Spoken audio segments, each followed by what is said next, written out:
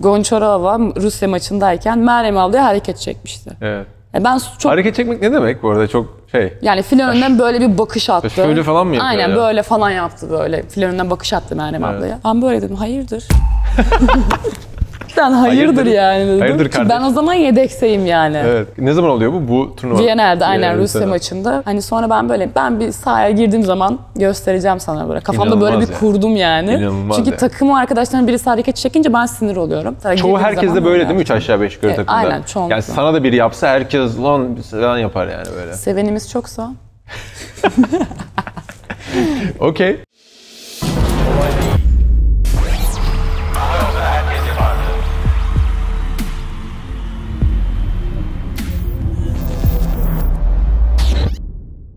Herkese merhaba. Kolay Değil'e hoş geldiniz. Bölüme daha karşınızdayım. Bugün yanımda sevgili Tuğba var. Milli takımımızın ve ülkemizin medeni... Ne denir ya? İftiharı nasıl söyleniyor? Ne? Medari iftiharı. Okey. Buradan bilmediğin cümleleri, kelimeleri kullanma diye kendimize öğüt alarak ülkemizin gururu Tuğba bizimle. Hoş geldin. Hoş buldum. Nasıl keyifler? İyi güzel. Senin nasıl? Ya bunlar güzel backstage. Bunları bazılarını kesmeyiz burada güzel. Okey. Sen okey. İyi benden olsun. Seni gördüm. Takılıyoruz. Bu bölümden önce böyle bir masada efsane bir sohbet döndü. Dedik ki inşallah bu sohbeti Aynısı burada da olur. aynısını buraya yaparız. Olacağından eminim. Kesinlikle. Enerji muhteşem. Kesinlikle. Çok teşekkürler.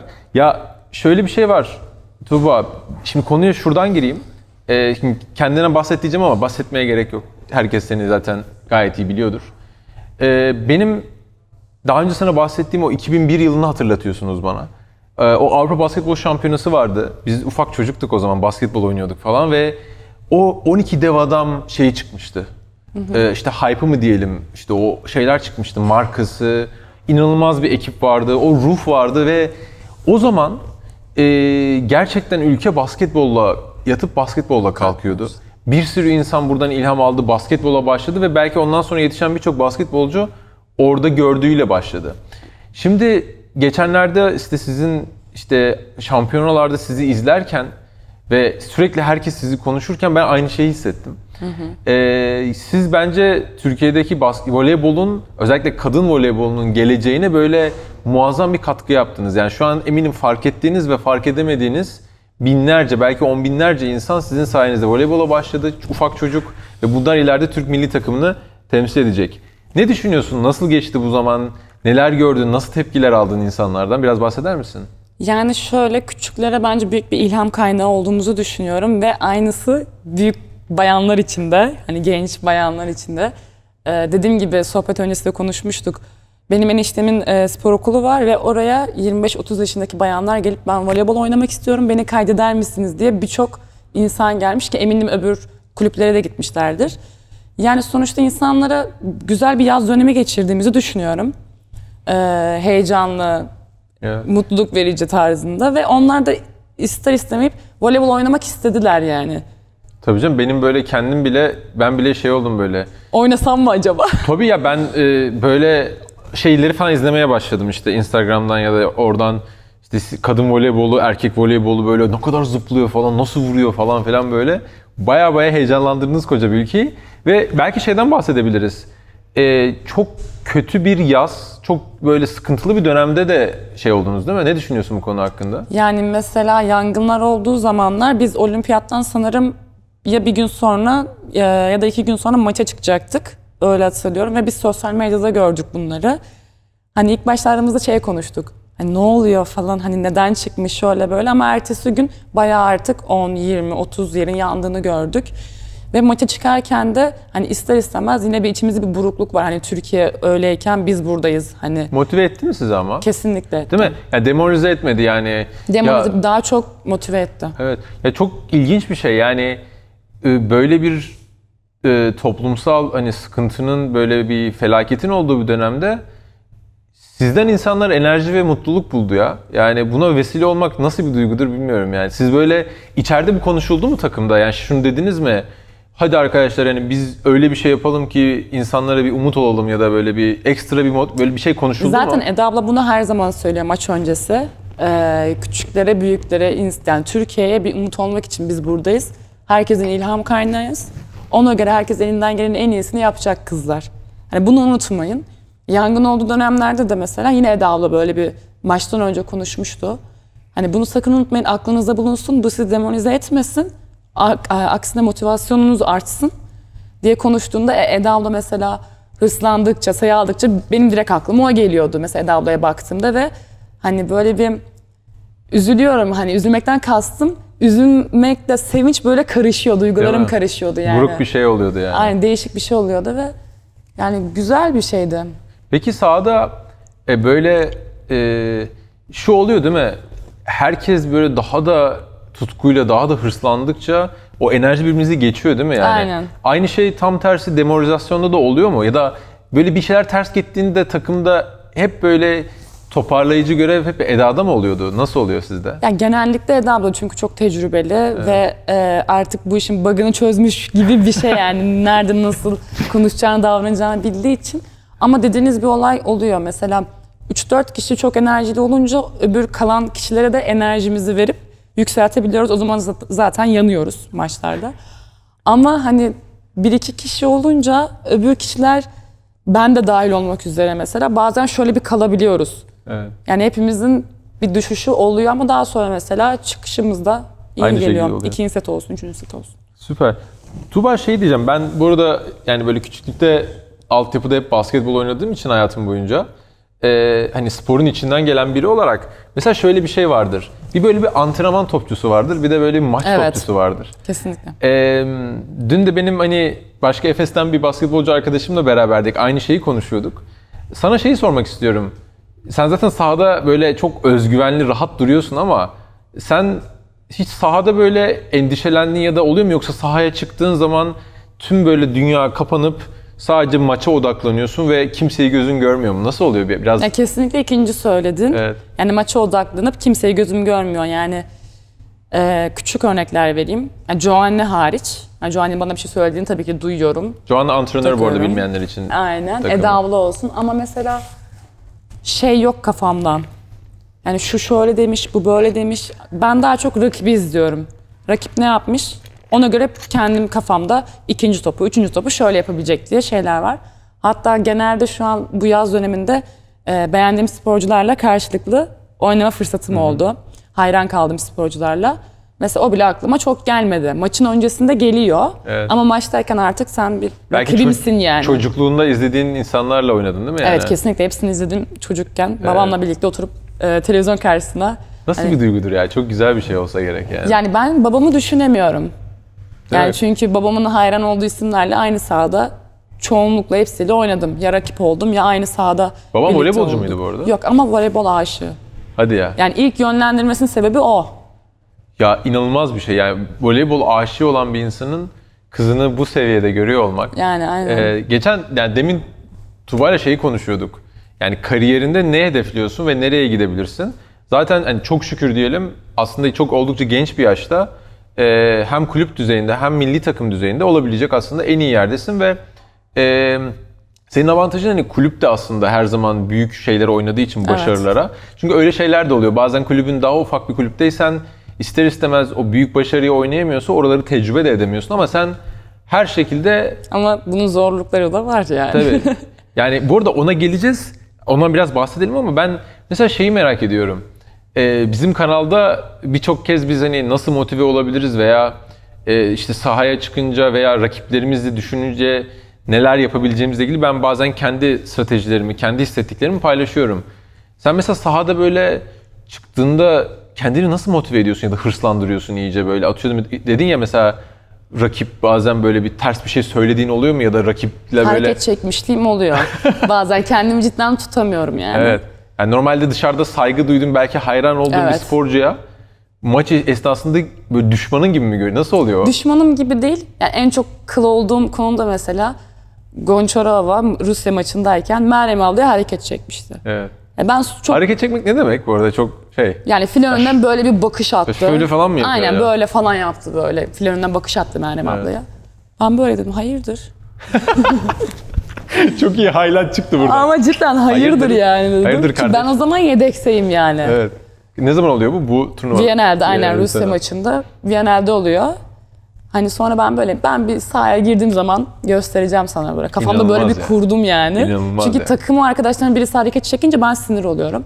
İşte istediğim, beklediğim şey bu. Sahiplenmiştik. Helal olsun. Gerçekten çok takdir ediyorum seni. Yani ben de mesela Çoğu girdiğim herkes zaman de böyle öyle değil mi? 3 yaptım. aşağı 5 yukarı takımda. Aynen, çoğunlukla. Yani sana da biri yapsa herkes lan falan yapar yani böyle. Sevenimiz çoksa. Okey. Yani onu hırslanıp sonra ne yaptın sahaya çıkıp? Yani Bir kere oyun- özellikle onu çektim. Aklımda Anladım. kaldığı için. Ama gerisi Atıyorum vururken falan özellikle ona doğru falan mı vurdun? bir kere özellikle yaptım ama gerisi artık oyunun akışıydı yani. Öyle bir şey var mı voleybolda bilmiyorum ben. Hani gerçekten hırslandığın birine topu ona doğru vurayım böyle. Smaçı vururken kafasına suratına vurayım falan diye bir şey var mı? Olabiliyor ama ben hiç öyle bir şey yapmıyorum. Evet. Ama biri sana yapsa eminim bayağı hırslanırsın yani böyle. Biri bana yaptığında ben de ona yapıyorum. Evet. Blokout benden yaptırdığı zaman ben özellikle ondan yaptırıyorum. Hatta antrenmanda şey oluyor. Bella karşımda, Bella'yı biliyor musunuz bilmiyorum. Çok uzun ve kendisi çok sıçrayan bir oyuncumuz. Genelde Giovanni onu beni karşıma koyuyor. Ve hani Bella varken Bella ile oynamamı istemiyor. Benden uzun.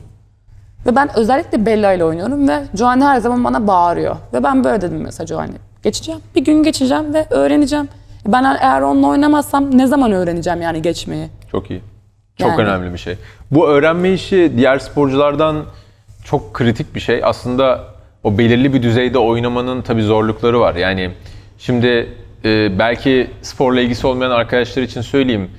Tuba çok üst düzeyde hem kulüp düzeyinde hem milli takımda oynasa da çok üst düzeylerde oynamanın da en büyük sıkıntılarından biri işte forma şansı bulmak değil mi? Yani orada forma rekabeti ve bazen istediğin kadar iyi ol. Seni hani küçük yani gençsin diye oynatmayabiliyorlar. Evet. Bununla nasıl başa çıkıyorsun? Mesela bence bir genç sporcunun 20, 21, 23, 24 hala çok gençsin. Herhalde psikolojik olarak veya kendiyle en çok savaşması gereken şey bu olay. Yani çünkü neredeyse her sporcu zaten hak ettiğini düşünüyor, değil mi? Aynen. Yani senin yani sahaya girmeyen Ama şöyle, arkadaşlarından ben mesela- hak etmiyorum diyen var mı mesela? Ya Ben ama zaten... şöyle mesela kıyaslama mı desem? Benim takımdaki olan insanlarla kendimi kıyasladığımda ben hak edebiliyorum diyebilen oyuncular gerçek. Ama bazıları şey var mesela ben ne bileyim Ebru'dan daha fazla hak ediyorum. Ebru kim? Hani Evet. bakıldığında o ayrıntıyı bence çözmek lazım diye düşünüyorum. Mesela ben 2 sene çok forma şansı bulamadım. Küçük olduğum için, genç olduğum için, tecrübem olmadığı için ama tecrübem olması lazım ki bunun sebebi de oynamam lazım. Tecrübe kazanmam için. Yani benim için çok büyük bir psikolojik savaş verdim. Ben neredeyse her gün ağlıyordum. Evet. Bu inanılmaz bir şey ya. Seni şu an hayal edebiliyorum. Bu arada yani bunu sadece spor hayatında yok. İş hayatında da var. Bu demin hani konuşuyorduk yine. Hani firmalar, işletmeler tecrübeli insan arıyor ama genç olsun diyor, dinamik olsun diyor. Sen anıları nasıl tecrübeli Evet. olacak? Ama tecrübesiz diye işe almıyor, işe almadığı için de tecrübe kazanamıyor gibi. Kesinlikle. Çıkmaz bir böyle döngü var, dead loop var. Sizde de o var ama sen orada o zor günlerde kendine böyle, bunu şey için söylüyorum, bu videoyu izleyen bir sürü genç sporcu veya böyle genç yani buradan bir taktik vermek gerekirse o 2 seneyi psikolojik olarak nasıl atlattın? Her gün ağlayıp yine ertesi gün İyi olmak zorundaydım. antrenmana gitmek zorundasın ya. Aynen. Nasıl? Yani antrenmana gitmek zorundayım ayrı bir şey ama antrenmanı iyi yapmak da zorundayım. Değil mi? Eğer ben pes etseydim orada şu an bu durumda olmayacaktım. Ağlayıp bahane üretip ben onun yüzünden olmadım, bunun yüzünden oynamadım deseydim şu an ben daha belki alt liglerde, yani şu an küçümsemiyorum tabii ki de daha fazla bu kadar şey olmazdım. Bununla ilgili Ben o zaman pes etmemeyi tercih ettim. müthiş bir şey. Bununla ilgili Tuğba benim sevdiğim, bence bu konuyu özetleyen bir tane cümle var. O da yetki verilmez alınır lafı. Yetki verilmez alınır abi. Yani almak zaman alabilir yetkiyi. Aynen öyle. Süreyi ya da sahada diyelim. 2 sene sürebilir, 3 sene sürebilir, 4 sene sürebilir ama senin alacağın bir şey o. Birinin vereceği bir şey değil aslında. Biri sana vermediği diye birilerini suçlayıp böyle kendini demoralize etmek vesaire bizi aslında daha Kolay. da... Evet, kolay ve o yüzden biz kolay değil diyoruz kanalda. Yani ve seni geriye götürecek bir şey değil mi? Kesinlikle. Sen böyle yapsaydın şu an belki hayatı milli takımlarda geçmiş. Yani küçük, yıldız, işte genç vesaire. Bir sporcu olarak belki demoralize edip ortalıktan kaybolacaktın. Çok sporcu var böyle, sen de biliyorsun. Çok kaybolan sporcular Basketbol, var. futbolda hani... Yani genç yetenekler olup da şu an oynamayan, bırakan insanlar çok var. Değil mi? Senin mesela belki de şu an çok yakinen tanıdığın, böyle baktığında diğer birçok oyuncudan çok daha iyi olan ama belki hiç voleybolla alakası, dışarıda bir yerde başka bir iş yapan bir sürü sporcu vardır. Kesinlikle öyle yani. Ben buna karşıyım. Evet. Bir şekilde ısrar edip böyle şey... Yani çok uzun bir süreç oldu benim için ve hala da öyle şu an. Hala da savaşacağım. Ben hani o formayı bir gün alacağım yani. Onun farkındayım. Ama o bir gün belki 5 sene sonra, belki 1 ay sonra, 1 sene sonra, onu bilemiyorum. Ama mesela şu an burada pes edersem özel hayatımda da birçok şeyi geride bırakmış olurum. Yani sonuçta voleybol, ben günümün çoğunu voleybolda geçiriyorum, sahada geçiriyorum. Babamdan, annemden daha çok Giovanni'yi görüyorum, arkadaşlarımı görüyorum. Bu şey oluyor yani. Orada voleybolda öğrendiğim sabır, hani öfke, üzüntü, sevinç, hepsi özel hayatıma da etkili olmuştu. Evet, imkansız zaten yönetmek yani bu. Aynen. Orada böyle hayal kırıklığı ya da orada sinirlenip sonra normal hayatında hiçbir şey yokmuş gibi devam etmek imkansız yani. Yani mesela o dönemde yine şey olmuştu. Ben işte forma şansı bulamıyorum, ağlıyorum, muhabbeti şöyle böyle. Birazcık kendimi dışarı saldım, gezmeye başladım, şöyle yapmaya başladım. Sonra bu ihtiyacım olandı ama bunu sürekli yapmadım. Mesela 1 ay böyle bir kafam dağılsın, hani değişik bir şeyler yapayım, şuraya gideyim, buraya gideyim diye oldu. 1 aydan sonra kendime zaman verdim ve artık Tuğba hani ne yapmak istiyorsun, nerede olmak istiyorsun, bunun için ne yapmalısın? Tamam, süre uzun bir süre olacak ama sen onu bir şekilde alacaksın. O sana asla vermeyecek, belli artık. Birçok sporcunun aslında hayatında ara sıra böyle dönemler olabiliyor. Çok Aynen. da normal bir şey aslında. Peki bir şeyi merak ediyorum.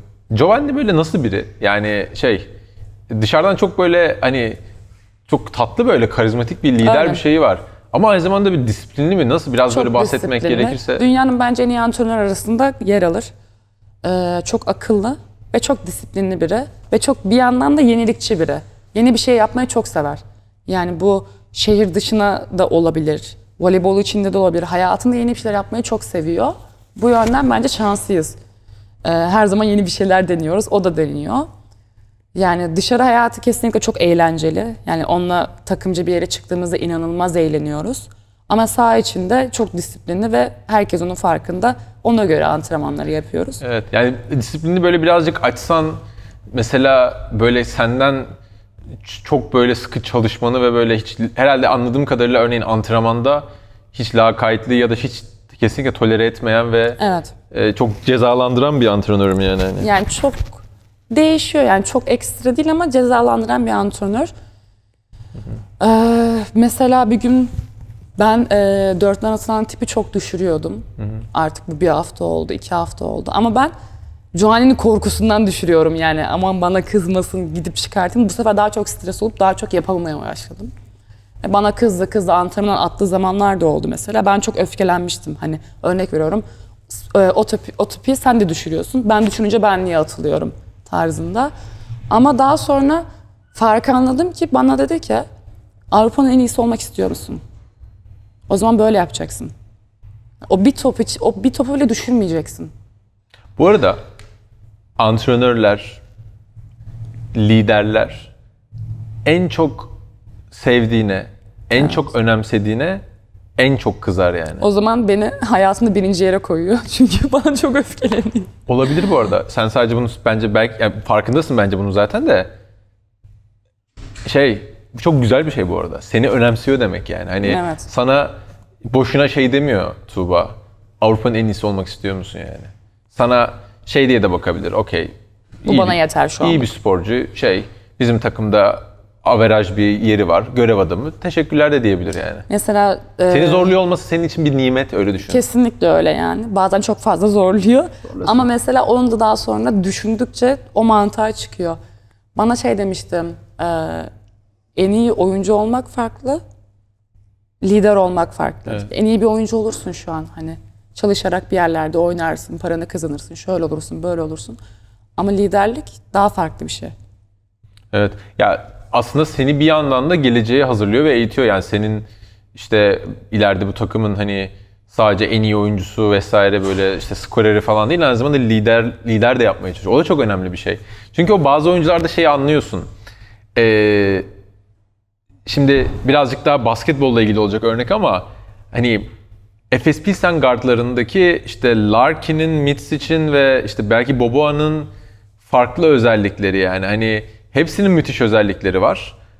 Ama o liderlik veya o özgüvenin işte böyle yansıması mesela Larkin'de bambaşka yani. Shane Larkin'in böyle topu aldığında veya yapacaklarını herkese heyecanlandıran ve herkese böyle bir ayrı bir güven veren bir farklı bir yapısı var. Mesela o üçü de çok iyi oyuncu bu arada. Belki Larkin'den daha iyi olabilirler bile. Hem fiziken daha uzunlar, hem belki daha atletik ya bir şey olabilirler ama. Ama dediğin gibi mesela ben de Larkin'i izlerken çok heyecanlanıyorum üçü arasında. Evet ki mesela baktığında belki Mitsic veya Boboa, Mitsic daha verimli oynuyor belki. Boboa aralarında bence en iyi top kullanan, yani en verimli, her zaman en doğru topu kullanan adam Boboa da olsa bir şey olsa yine Larkin'i istersin, yani anlatabiliyor muyum? Koç olarak da böyle. Yani 100 defa tercih edecek olsan 100 defa Larkin'i tercih edersin. Çünkü onda başka bir o şey var, tılsım var yani. Evet, O tılsım anladım. doğru kelime. Belki de seni buna hazırlıyor. Sen farkında değilsin. Bence çok büyük kısmet yani. Yani çok sadece Giovanni ile beraber antrenman yapmak değil, diğer birçok oyuncudan da eminim kulüpte. Yabancılardan çok böyle öğrendiğin şeyler oluyor mu? Çok oldu. Mesela bu sene hani milli takımda iyi oynamamın sebebi kesinlikle bizim kulüpte yaptığımız antrenmanlar, yabancılar. Yani mesela Gabi'yi, Barçi'yi izlerken hep bunlara dikkat ettim, Melih'e. Süper ya. Çünkü onlar karşındaki insan antrenmanda iyi olunca sen ondan daha iyi olmak için çabaladığın için istemsiz bir şekilde yükseliyorsun. Otomatik olarak. Karşındaki insana uyum sağlıyorsun. Evet. Yani şey çok güzel yani, üzüm üzüme baka baka. Şu an mesela bahsettiğim kişi biri olimpiyat birincisi, biri olimpiyat ikincisi bizim takımda. Vay be. İnanılmaz bir şey ya. İşte iyi kulüpte oynamak da çok avantajlı o yüzden.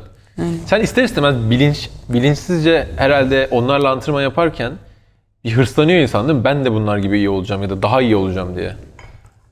Yani evet. Yoksa şey de mi oluyor yani hani ya ben hiçbir zaman bu kadar iyi olamam zaten. Yok, asla. Süper. Yani ben kendimin en iyisi olmak istiyorum. Senin gibi olmak istemiyorum mesela. Seninle aynı özelliğe sahip olmak istemiyorum. Yani olabilirim ama bende ne varsa ben onu çıkartmak istiyorum.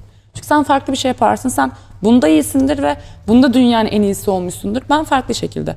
Herkesin bence oyunculuk şeyi farklı. Mesela Gözde abla çok örnek aldım. Ama o Gözde ablanın hani kendisinde olan bir şey. O kendi şeyini çıkardı. Herkes mesela Gözde abla gibi olacaksın, Gözde abla gibi olacaksın. Ve ben dedim, ben asla Gözde abla gibi olamayacağım. Olamayacağım evet, çünkü ben böyle olacağım. Yani Gözde ablaya bakıldığında çok kaslı, hani çok sıçraması yüksek, acayip oyun okuyan, refleksi hep iyi olan oyuncu. Yani belki ben çok kaslı olmayacağım onun gibi ama belki ondan daha iyi sıçrayacağım. Belki ondan daha iyi angle yapacağım, smaç vuracağım. Kendinde şu an geliştirmek istediğin en önemli özellik hangisi? Ben şunda çok iyi olmak istediğim bir şey var mı? Hani bu verdiğin örnekler gibi sıçrama. Hepsinde. Hepsinde. Ama böyle kötü olduğum için değil, hepsinde daha iyi olmak istiyorum. Süper. Ama böyle özellikle ben en iyi sıçrayan atıyorum oyuncu olacağım gibi bir şeyin var mı kendine böyle koyduğun bir hedef? Çünkü hepsinde tabii ki iyi olacaksın. Zaten olmak zorundasın. Bizi en iyi yerlerde temsil ediyorsun ya. O seviyede zaten başka şansın yok. Ama ya diyor musun bana, ya Mustafa beni iyi izle. Bak 2 sene sonra şunda ben çok başka bir yere çıkmayı hedefliyorum ve göreceksin diyeceğim bir şey var mı? Ve aklına gelen. Bence burada naçizane söylüyorum. Belki kendine özellikle bir şeyde böyle bir hedef koyabilirsin belki. Yani ben 2 sene sonra en iyi sıçrayan oyuncu olacağım. Benim aklımda yani şu an düşündüğüm bir şey yok ama şöyle diyebilirim. 2 sene sonra herkes beni izlediğinde yayılacak yani. Yanacaklar. Of, çok iyi. Highlight cümlesi bu. 2 sene sonra herkes beni izlediğinde yanacaklar. 2 sene sonra herkes beni izlediğinde yanacak. Bu arada çok güzel bir şey. Bu böyle... Çünkü ben mesela şuna inanıyorum. Biri beni izlerken bence zevk alıyor. Keyif alıyor yani. Çünkü ben kendimi ciddi anlamda oynadığım zaman, oyuna kendime verdiğim zaman ben de keyif alıyorum. Farkındayım yani. Herkes onu anlıyor zaten dışarıda. Bence herkesin aldığını düşünüyorum. Çünkü belki çevremde tanıdığım insanlar böyle söylüyor ama tanımadığım insanlar da böyle söylüyor. Tabii canım, sadece burada çok iyi oynaman değil yani. O enerjin, o hırsın, o gözündeki ateş. Mesela örnek veriyorum Ebrar. Mesela Ebrar'ı tüm Türkiye biliyordur şu an ve onu izlerken herkes farklı keyif alıyor.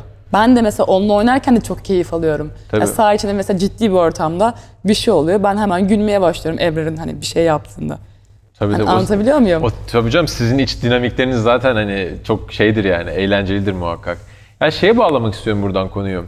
Hani Türkiye'de sporcu gelişiminde maalesef bu şey olayı var ya, bu yaş maş olayları var. Bizim kesinlikle altyapıdan bir sporcu yetiştirme sıkıntımız var zaten. Bunu konuşmaya gerek yok.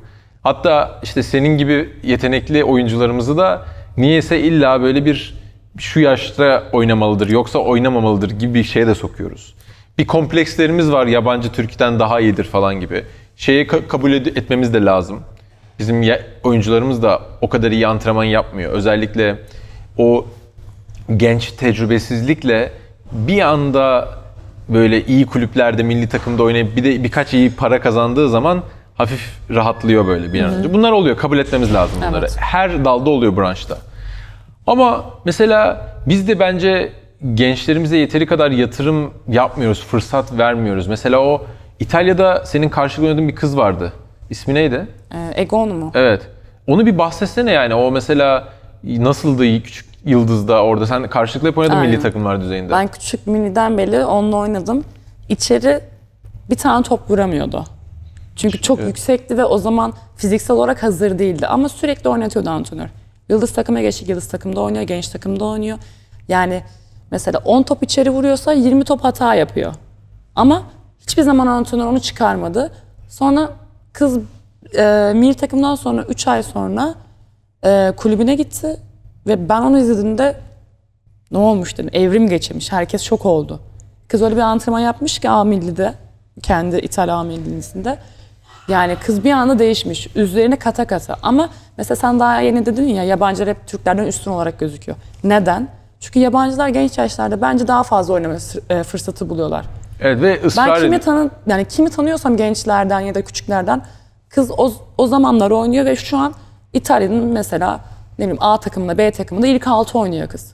Bizim Türkiye'de hani bu tarz kulüplerde oynayamıyorsun. Birazcık da alt liglerde gidip oynuyorsun. Alt liglerle üst ligler bir değil. Tabii yaptığın antrenman kesinlikle öyle. Yani. Mesela o kız A takımda mesela şu an nasıl desem Vestel'de oynuyor gibi bir şey ve onlarla antrenman yapıyor. Çok haklısın. Ama biz Türkiye'de oynayamadığımız için birazcık da 6. lig, 7. lig, 5. lig takımlarına gidiyoruz. Ya burada hani yapılması gereken şey ya orada gerçekten inandıkları sporculara, Türkiye için söylüyorum, o fırsatı verecekler ya, o hata yapmasını ona göz yumacaklar yani, oynatacaklar yani. Biz Türklerde bence sabır yok diye düşünüyorum. Evet. Uzun vadeli planlamamızda sıkıntı var. Çünkü ben eğer seninle ilgili uzun vadeli düşünüyorsam, yani ben seni 13-14 yaşında keşfettiğimde Tuğba benim işte milli takımın en iyi oyuncusu olacak ileride, biliyorum, hissediyorum diyorsam zaten sabırla... Önüme bir şey çekilmiş oluyor. Ben sabırla zaten seni oynatmalıyım ve belirli bir sene... Çünkü önemli değil, sen diyelim ki yıldız milli takımda hata yap, gençte hata yap, öğren ki sen oralarda dünya şampiyonu olmasan da olur yani. Ama seni ben yetiştirebilirsem uzun vadeli, yani uzun soluklu bir şekilde orada seni sürekli hata yapa yapa öğrenip de sen bana eğer o bahsettiğin İtalyan kız gibi A milli takımda şu an dünyanın en iyisi mi dedin yani? Bir numarası. Dünyanın bir numarası yapıyorsam seni, değer yani orada yıldızda, gençte vesaire. Yani işte herkes farklı düşünüyor. Bazıları ne bileyim risk almaz. Evet. Bazıları risk alır, sonra patlar, olmadı. Bir daha risk almaz. Değişiyor yani, antrenör kafasını hiç bilmem. Neden böyle bir şey olduğunu da bilmiyorum. Evet. Ama yani altyapıda birazcık daha önem verilmeli. Neden çıkmıyor? Neden hep yabancılar oluyor? Bence sebeplerinin bir tanesi bu olduğunu düşünüyorum. Süper. Son olarak şeyi sorayım. Senin şu an böyle hedeflediğin şey var mı mesela? Yurt dışında oynamak istediğin bir takım ya da kariyerine nereye gitmek istiyorsun? Hani hedeflemedim yurt dışında oynamaya falan ama ileride neden olmasın. Ve şu an vakıfta mutluyum. Yani Vakıfta sen çok başarılı bir takım olduğu için hani yurt dışına çok da gitmek herhalde... Yani şöyle, yurt dışı daha fazla para verir. Ben yine vakıfta kalmayı bir tercih ederim. Yani Türkiye'de seviyorum, vakıfı da seviyorum. Ama öyle bir planım yok. Ama gitme istiyorum. Ama şöyle değil mesela, uzun vadeli değil.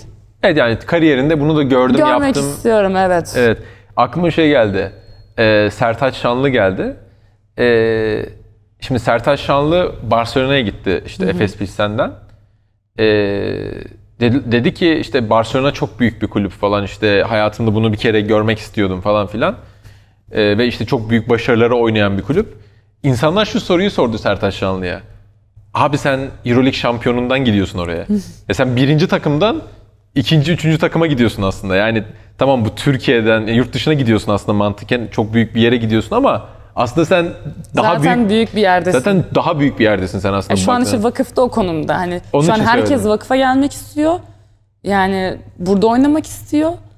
Ama yurt dışında da hani İtalya Ligi de mesela iyi kötü değil. Yani mesela şu an Ebrar'ın gittiği lig de çok iyi bir lig. Hani vakıfla eşdeğer bir lig bence. Tabii. Değişiyor. Ama mesela tecrübe olarak ben de yurt dışına ileriki zamanlarda gitmek isterim yani. Süper, süper. Nerede doğdun? Tarsus. Tarsus. Of, çok güzel yerde doğmuşsun. Yeme içmeyle aran nasıl? İyi, En çok severim. ne seversin yemeği? O soru yoktu da onu ben ekledim Tamam. şu an. Yani daha çok sebze yemeyi severim. Sebze fark etmiyor. Ha, okey. Bir yerde vardı öyle bir şey, okumuştum seninle ilgili. Doğru. En çok Patlıcan sevdiğim. sevmiyorsun. Ay, nefret ederim. Ne kadar iyi çalışmışım dersime yani. Okey. Kendini evinde hissettiğin şehir neresi? Tarsus. Yoksa İstanbul mu? Hep İstanbul'da mı büyüdün? Hayır, yani Tarsus'ta Nerede büyüdün bu arada? Tarsus'ta büyüdüm. Okey. 15-14 yaşında geldim İstanbul'a. İstanbul'u daha çok seviyorum. Ama Tarsus'a gidince böyle bir eski günler aklıma geliyor. Evet. Old Ama days. daha çok Good İstanbul'da old benim. days. Okey. Sabahları kahvaltıda ne yersin? Omlet çok severim. Mantarlı. Kaçta kalkıyorsun sabahları? Değişiyor antrenmana göre. Yani saat 9.30'daysa antrenman, saat 7.45, 8 gibi. Çünkü evim yakın kulübe. Öyle mi? Süper. Nerede yapıyorsun antrenmanları? Bağlarbaşı. Ya Bağlarbaşı'nda Vakıfbank Spor Sarayı var. Öyle mi? Süper. Akşamları kaçta yatıyorsun genelde bir sporcu olarak? İdeal bir sporcu hayatı öğrenmeye çalışıyorsun. Şöyle söyleyeyim, 5.30 antrenman desek 6, 7.30, 8 gibi bitiyor. Duş aldın, yemek yedin. Yani eve oturduğun saat 9-9.30, 11'de falan. Böyle Yani bir yorulmuş saat. oluyorsun değil mi? Bir şey Aynen, olarak? hani bir saat böyle kalabiliyorum. Dizi izleyeceksem dizi genelde yarın ya antrenman geç ya da off olduğu zaman. Çünkü saat 1-2'ye kadar izlediğim zamanlar. Okey. Her Yalnız gün... sürekli okey diyor, ben dikkatim dağılıyor. Okey. Ne diyeyim? Peki mi diyeyim? Hayır ya. Tamam. Tamam. Artık peki ve tamam diyeceğim. Bu arada bu okeyi ben kullanıyorum arada. Bazen izleyince bu ne lan böyle okey hani şey. Yok, kötü olarak yani mesela bir şey söylüyorsun, ben şu an takıldım ya okey'e. Evet. Okey söyledikçe benim Yo, ben burada sesim rahatsız oluyorum okey demekten, çünkü biz hani Anadolu çocuğuyuz yani, Sivaslı adamız yani, okeyle falan ne işimiz olur yani, bildiğin. Yani değil mi? Okey. Okey. Ölmeden önce görmek istediğin ülke veya ülkeler var mı? Gitmek istediğin böyle bir ülke, çok görmek istediğin. Zaten geziyorsun yani. Afrika'yı görmek istiyorum. Okey. Zaten hani spordan dolayı Aynen, çok görüyorsun. geziyorum ama yani. Afrika'ya gitmeyeceğim için. Gittiğin, gördüğün en güzel yer neresi bugüne kadar? Ya ben İtalya'yı beğeniyorum. Ben de çok seviyorum. Aynen, çok severim. Voleybol çok güçlü değil mi İtalya'da? Bizden İtalyanlar. güçlü değiller. Hiç eyvallah yok. Tam benim kalemim yani. Süper. Çok kritik bir soru geliyor. Telefon rehberinde kayıtlı en ünlü isim kim? Sen Evet. istedin magazin. Tamam da düşünmem lazım. Ama bitiyor süren. Nasıl ya? Süreli mi? Tabii 10 saniyen kaldı. Sahada süresiz mi her şey, çıkıyorsun? Bir süre var değil mi? Bitiyor yani. Gerçi voleybolda... Ayakkabı bağlama süresi oluyor. 1 dakika falan saçımı yapma süresi, hep Bir onlar şey diyeceğim. Voleybolda süre var mı ya? var. Timeout'larda var. Okey, ama onun dışında yok. Sayıyla bitiyor sonuçta. Yani sayıyla bitiyor. Yani ne bileyim, yere düşmüşsündür, yer ıslanmıştır. Öyle tarz şeyler var. Var mı onlarda süre? Var. Okey. Ama telefon rehberinde Evet, kayıtlı onu ben geçecek sandım. telefon rehberinde kayıtlı en ünlü ismi söylemen için süremiz bitmek üzere. Bir kişi vardır ya. Var bir kişi. En ünlü kişi kim? Sporculardan da olabilir bu arada. Sporcuların hepsi numarası bende var. Tamam ama sporcu dışı olabilir ya, böyle ünlü biri ya da müzisyen olabilir. Ortak arkadaş olabilir.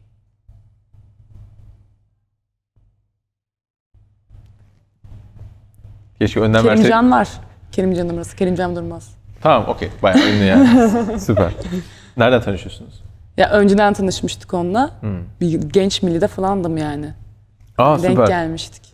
O da O numarası var bir ara. çok. Sen de onu erken keşfettin yani. Okey.